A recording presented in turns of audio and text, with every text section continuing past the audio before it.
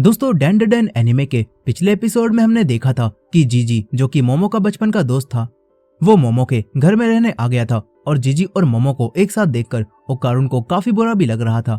फिर इन तीनों को एक पुतला टारो भागता हुआ मिला था जिसके पास मोमो को ओकारुन की एक गोल्डन बॉल दिखी थी और ये सभी लोग उसका पीछा करने लगे थे।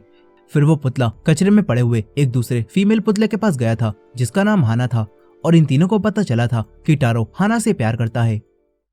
अब इस एपिसोड की शुरुआत होती है और हम मोमो, ओकारुन और जीजी को देखते हैं। वो तीनों सेइको से हाना को इसी घर में रख लेने की रिक्वेस्ट कर रहे थे और इस पर सेइको ओकारुन से कहती है कि तुम इसे अपने घर में क्यों नहीं रखते। ओकारुन कहता है कि ये इम्पॉसिबल है और आयासे रेजिडेंट ही किसी ऐसी चीज को अपने घर में संभाल सकती हैं। मोमो कहती है कि हमारे पास पहले से ही एक बेकार कैट पड़ी हुई है तो हम इसे भी क्यों नहीं रख लेते। तभी टर्बो ग्रैनी को गुस्सा आ जाता है। वो कहती है कि इस बेकार चीज को मुझसे मत जोड़ो, ये तो खाना भी नहीं खा सकती। अब सेइको पूछती है कि उस मेल पुतले का क्या हुआ। इस पर मोमो बताती है कि टारो केमिस्ट्री लैब में वापस चला गया और उसने कहा है कि जब तक हाना सही रहेगी वो केमिस्ट्री रूम में एनाटॉमी मॉडल बनकर रहेगा और वो रात में हाना से मिलने आएगा। ये तीनों अब सेइको को मक्खन लगाने लगते हैं और सेइको भी इसे अपने घर में रखने के लिए मान जाती है। फिर वो पूछती है कि उस गोल्डन बॉल का क्या हुआ। इस पर मोमो कहती है कि मैंने गलत समझ लिया था, वो असल में ओकारुन की बॉल नहीं थी बल्कि वो तो क्रिसमस ट्री को सजाने वाली एक बॉल थी। यहीं पर जीजी बहुत देर से टर्बो ग्रैनी को परेशान कर रहा था और इसीलिए अब टर्बो ग्रैनी जीजी के एक फ्लाइंग किक मारती है और उस पर हमला कर देती है। फिर सेइको मोमो से कहती है कि टेबल बाहर निकालो, खाने का समय हो गया है। और ये सुनकर मोमो ओकारुन से भी इनके साथ खाना खाने के लिए कहती है। ओकारुन भी मान जाता है। यहाँ पर अब जीजी मोमो से कहने लगता है कि मोमो तुम्हारी पावर्स तो अमेजिंग थी, क्योंकि जीजी ने पहली बार मोमो को पावर्स यूज करते हुए देखा था। और जीजी ओकारुन के ट्रांसफॉर्मेशन की भी काफी तारीफ करता है और कहता है कि काश मेरे पास भी ऐसी पावर्स होती। यहाँ जीजी अब टेबल लगाने में मोमो की मदद करने लगता है, लेकिन उसे मोमो के करीब जाता हुआ देखकर ओकारुन को फिर से बुरा लगने लगता है। उसे टारो की हाना से कही हुई वही बात याद आती है कि मैं तुमसे प्यार करता हूँ और चाहे जो भी हो जाए मैं तुम्हें नहीं जाने दूंगा। ये याद करके अब ओकारुन मोमो और जीजी के बीच में आ जाता है और कहता है कि मैं अपने आप को अब और नहीं रोकूंगा और मैं फाइट बैक करूंगा। ये सुनकर मोमो कहती है कि तुम किसके खिलाफ फाइट करोगे, लेकिन ओकारुन बिना जवाब दिए ही अब टेबल को ठीक करता है और फिर डांस करते हुए गाना गाने लगता है। ये देखकर जीजी भी वही गाना गाने लगता है और ये दोनों मोमो के आसपास घूमने लगते हैं। तभी सेइको इन पर चिल्लाती है और फिर मोमो से कहती है कि तुम इस वीकेंड जीजी के घर में रुकने वाली हो, इसलिए अपने अंडरवेयर ले जाना मत भूलना।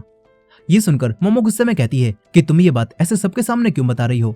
यहाँ ओकारुन अब परेशान हो जाता है कि मोमो जीजे के घर में आखिर क्यों जा रही है।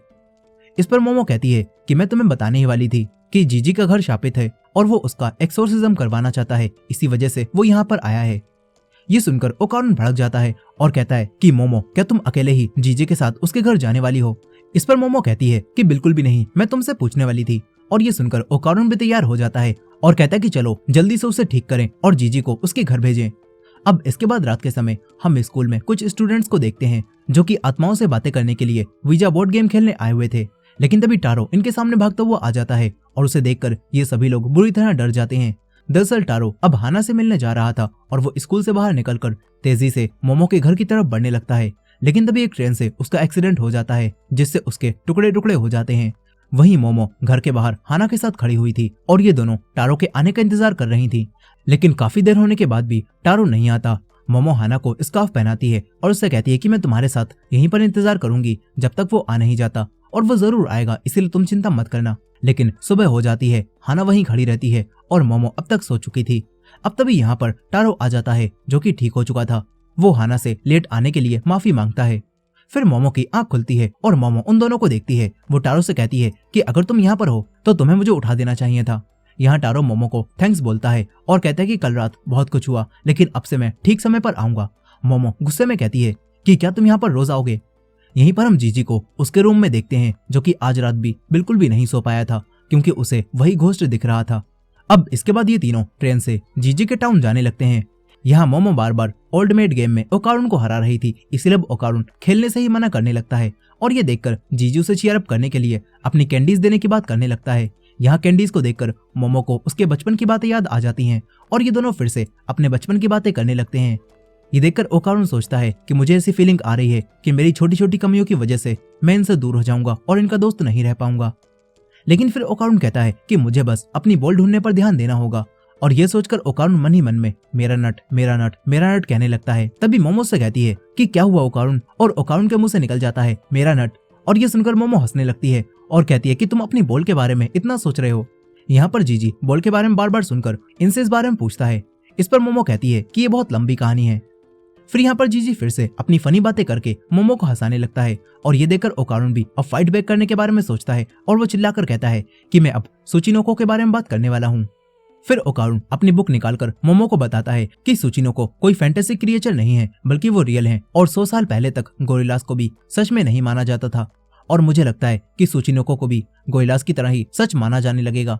ये सुनकर जीजी कहता है कि हमारे विलेज में भी एक ऐसे ही बड़े से सांप की कहानी है और वहाँ पर एक श्राइन भी है जिसका इतिहास 200 साल पुराना है और वहाँ पर उसी सांप की वर्शिप की जाती है और उसे सुचिनोको श्राइन कहा जाता है। ये सुनकर मोमो एक्साइटेड होकर कहने लगती है कि चलो उस श्राइन के पास चलते हैं, मुझे सुचिनोको स्नेक को देखना है। मोमो और जीजी को दोबारा करीब आता हुआ देखकर ओकारुन कहता है कि मम्मीफाइड कापा, इसका भी एक श्राइन है और ऐसा श्राइन होना बिल्कुल आम बात है। ये बोलकर ओकारुन मन ही मन में खुश होने लगता है और कहता है कि मैंने मोमो का ध्यान फिर से अपनी तरफ कर लिया। लेकिन यहाँ पर जीजी उस चीज को देखकर हैरान रह जाता है और कहता है कि इसका मतलब तो ये हुआ कि कापा भी एग्जिस्ट करते हैं, और अगर ऐसा है तो नेसी का क्या, उनकी तो फोटोज भी हैं और मुझे लगता है कि वो भी एग्जिस्ट करते होंगे। मैं एक बार उन्हें देखना चाहता हूँ। ये देखकर ओकारुन हैरान रह जाता है कि उसके अलावा भी किसी और लड़के को एलियंस और इन सारी बातों में इतनी दिलचस्पी है। ओकारुन तुरंत ही जीजी से कहता है कि नेसी की फोटो को सर्जन की फोटोग्राफ कहा जाता है और उसे नकली समझा जाता था, लेकिन कुछ समय पहले मैंने खुद ही एक नेसी को अपनी आंखों से देखा है। ये सुनकर जीजी कहता है सच में, मैं भी उन्हें देखना चाहता हूँ। यह ओकारुन मन ही मन में सोचता है कि ये पहली बार है जब मैं मोमो के अलावा किसी और से इतनी बातें कर रहा हूँ। और जीजी से बात करके ओकारुन को काफी मजा भी आता है। यहाँ जीजी कहता है कि ओकारुन तुम तो कितने अमेजिंग हो, तुम्हें कितना कुछ पता है, एक दोस्त के रूप में मैं तुम्हारी रिस्पेक्ट करता हूँ। लेकिन ओकारुन कहता है कि दोस्त। तभी जीजी कहता है क्या हम दोस्त नहीं है, तुमने तो मेरा दिल ही तोड़ दिया। तुम मोमो के दोस्त हो तो क्या तुम मुझे भी अपना दोस्त बना सकते हो। ये सब सुनकर ओकारुन हैरान होने लगता है और फिर वो कहता है कि मैं एक अजीब दोस्त हूँ। और ये सुनकर मोमो दोबारा से शर्माने लगती है क्योंकि ये लाइन उसके फेवरेट एक्टर केन ताकाकुरा की थी। और जीजी कहता है कि क्या हुआ मोमो, लेकिन मोमो उसे कुछ भी नहीं बताती। तभी जीजी परेशान होने लगता है कि कोई उसे कुछ क्यों नहीं बता रहा। ओकारुन भी मन ही मन में सोचता है कि जीजी बुरा क्यों नहीं है, अगर ये ऐसे ही अच्छा बने रहेगा तो मैं इसे हेट कैसे करूंगा। अब इसके बाद ये तीनों जीजी के टाउन में पहुंच जाते हैं और मोमो कहती है कि ये तो हॉट स्प्रिंग डिस्ट्रिक्ट है। फिर जीजी बताता है कि उसके डैड यहाँ पर कॉलेज के पास ही में मौजूद एक वोल्केनो पर रिसर्च कर रहे थे और इसी वजह से हम सब यहाँ पर रहने आ गए। ये सुनकर मोमो पूछती है कि वो वोल्केनो फटेगा तो नहीं ना। इस पर जीजी कहता है कि वो तो 200 साल पहले ही फट चुका है। यही हम देखते हैं कि इस जगह के लोग इन तीनों को काफी अजीब तरह से घूर रहे थे, लेकिन ये तीनों उन पर ध्यान नहीं देते। अब इसके बाद काफी सीढ़ियां चढ़ने के बाद ये तीनों जीजी के घर पहुंच जाते हैं।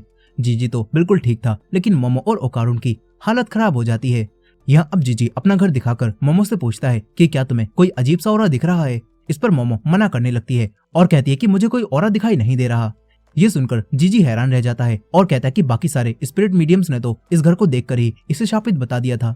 मोमो अब थक चुकी थी, इसीलिए वो पहले आराम करने के लिए कहने लगती है। तभी ओकारुन को जंगलों में कुछ दिखता है, लेकिन तभी मोमो ओकारुन को भी अंदर चलने के लिए कहने लगती है और ओकारुन वहां ध्यान नहीं देता। यहाँ हम देखते हैं कि सारे विलेज के लोग जंगल में आ चुके थे जो कि इन्हें देख रहे थे। यहीं अंदर आकर मोमो पूरे घर को अच्छे से चेक करती है, लेकिन उसे कहीं भी कोई अजीब ऑरा दिखाई नहीं देता।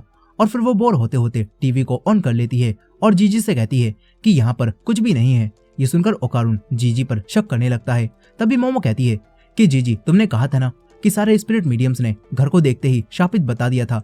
शायद इस वक्त वो सारे घोस्ट हमारी वजह से छुप रहे हैं, बिल्कुल पहले की ही तरह जैसे टर्बो ग्रैनी ओकारुन के शरीर में छुप रही थी। और जब स्पिरिट्स की पावर कम होती है तो तब मैं उन्हें नोटिस नहीं कर पाती। यहाँ मोमो कहती है कि ये तो अच्छा ही है, मैं आराम से उन्हें हरा दूंगी। ये सुनकर जीजी खुश होने लगता है और मोमो के लिए जूस लेने चला जाता है।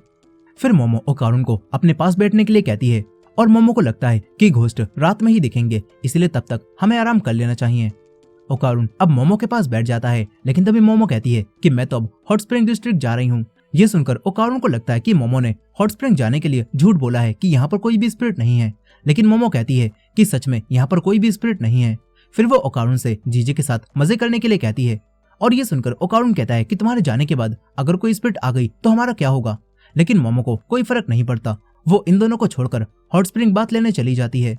यहाँ अब जीजी ओकारुन से कहता है कि सोकर खेलें क्या, और ये दोनों सोकर खेलने लगते हैं। इसमें ओकारुन काफी बुरा खेल रहा था। वो सोचता है कि अच्छा ही है मोमो यहाँ पर नहीं है, और अगर अब मैं प्रैक्टिस करके अच्छा खेलने लगूं तो शायद मोमो ये देखकर मुझसे इम्प्रेस हो जाएगी। ये सोचकर ओकारुन खुश होने लगता है। तभी जीजी ओकारुन से पूछता है कि क्या तुम मोमो से प्यार करते हो। वहीं मोमो हॉट स्प्रिंग बात लेते हुए सोच रही थी कि आई होप वो दोनों एक साथ होंगे। जीजी ओकारुन का पहला दोस्त है जो कि लड़का है, और इसीलिए उनके बीच सब कुछ अच्छा ही जाना चाहिए। ये सब ओकारुन के लिए अच्छा होगा। वहीं जीजी कहता है कि मोमो कितनी क्यूट है, लेकिन ओकारुन कहता है कि मोमो मेरे लिए सिर्फ एक दोस्त है और मैं उसकी रिस्पेक्ट करता हूँ। ये सुनकर जीजी कहता है कि मुझे तो मोमो के चेहरे और उसकी पर्सनालिटी से प्यार है। ये सुनकर ओकारुन को गुस्सा आ जाता है। वो कहता है कि ऐसा है तो मुझे भी उससे प्यार है। तभी जीजी कहता है कि मुझे तो उसकी आंखों से भी प्यार है। ओकारुन कहता है कि अगर ऐसा है तो मुझे उसके मुंह से भी प्यार है, और इसी तरह मैं तुमसे जीत गया। लेकिन जीजी कहता है कि नहीं, मैंने पहले उसके फेस के बारे में बात की थी, इसीलिए वो तुम्हारे लिए काउंट नहीं होगा। ये सुनकर ओकारुन कहता है कि अगर ऐसा है तो तुम्हारी आंखों वाली बात भी काउंट नहीं होगी। ये सुनकर जीजी कहता है कि ठीक है, मैं मोमो का बचपन का दोस्त हूँ, लो अब मैं तुमसे आगे निकल गया। तभी ओकारुन को याद आता है कि वो और मोमो तो एक दूसरे को किस कर चुके हैं, और ये सारी बात याद करके वो शर्माते हुए कहता है कि मैं आगे निकल गया। जीजी कहता है कि आखिर कैसे। ओकारुन आगे कुछ भी नहीं बताता। वहीं मोमो के पास अब 4 आदमी आ जाते हैं जो कि यहाँ पर बात लेने आए थे, और वो मोमो को देखकर कहने लगते हैं कि ये तो कितनी हॉट है। वहीं ओकारुन और जीजी अब लड़ते लड़ते काफी थक चुके थे, और जीजी ओकारुन से कहता है कि चलो अब दोस्तों की तरह हाथ मिलाते हैं। लेकिन जैसे ही ओकारुन जीजी के साथ हैंडशेक करता है तो तभी जीजी उसका गला पकड़ लेता है और कहता है कि हार मान लो। अब तभी ओकारुन जीजी को रुककर उसका घर देखने के लिए कहता है, और फिर ये दोनों घर को देखने लगते हैं। इन्हें बाहर से एक रूम दिखता है जिसका दरवाजा घर के अंदर कहीं भी नहीं था। वहीं मोमो के पास वो 4 आदमी उसे बताते हैं कि ये हॉट स्प्रिंग मेल और फीमेल दोनों के लिए है, और तुम इतनी जवान होकर यहाँ पर आ गई। मोमो यहाँ पर लगे हुए उसी पेपर को पढ़ती है जिस पर ये सब कुछ लिखा हुआ था, लेकिन वो ठीक से दिख भी नहीं रहा था। यहाँ अब वो आदमी मोमो की तरफ बढ़ने लगते हैं। वहीं ओकारुन और जीजी घर के अंदर आकर उसी दीवार को देखते हैं, और इन्हें पता चलता है कि दूसरी तरफ एक रूम है। जीजी अब उस दीवार को एक हथौड़े से तोड़ने जाने लगता है और सोचता है कि जरूर इसी चीज की वजह से मेरे पेरेंट्स की आज ये हालत हुई है। वहीं वो आदमी मोमो को गेटर्स के बारे में बताते हैं और कहते हैं कि ये वो लोग होते हैं जो कि अक्सर हॉट स्प्रिंग में दिखते हैं और लड़कियों को अपना टारगेट बनाते हैं। यहाँ अब एक आदमी मोमो को पकड़ लेता है और मोमो कुछ भी नहीं कर पाती। वहीं पर जीजी जब दीवार में एक होल करता है तो ये दोनों देखते हैं कि इस रूम में काफी सारे तलिस्मान लगे हुए हैं, मानो यहाँ पर किसी खतरनाक आत्मा को कैद किया गया हो। और ये देखकर ये दोनों ही हैरान रह जाते हैं। और इसी एंडिंग के साथ दान एनिमे का सीजन 1 का लास्ट एपिसोड भी यहीं पर खत्म हो जाता है। दोस्तों इसका सीजन 2 जुलाई में आने वाला है, तो अगर आप इसके सीजन 2 को भी मिस नहीं करना चाहते तो हमारे चैनल को सब्सक्राइब करना मत भूलिएगा। और ये एपिसोड और डैन डेरन का पूरा सीजन आपको कैसे लगा कमेंट करके जरूर बताइएगा। मिलते हैं नेक्स्ट वीडियो में।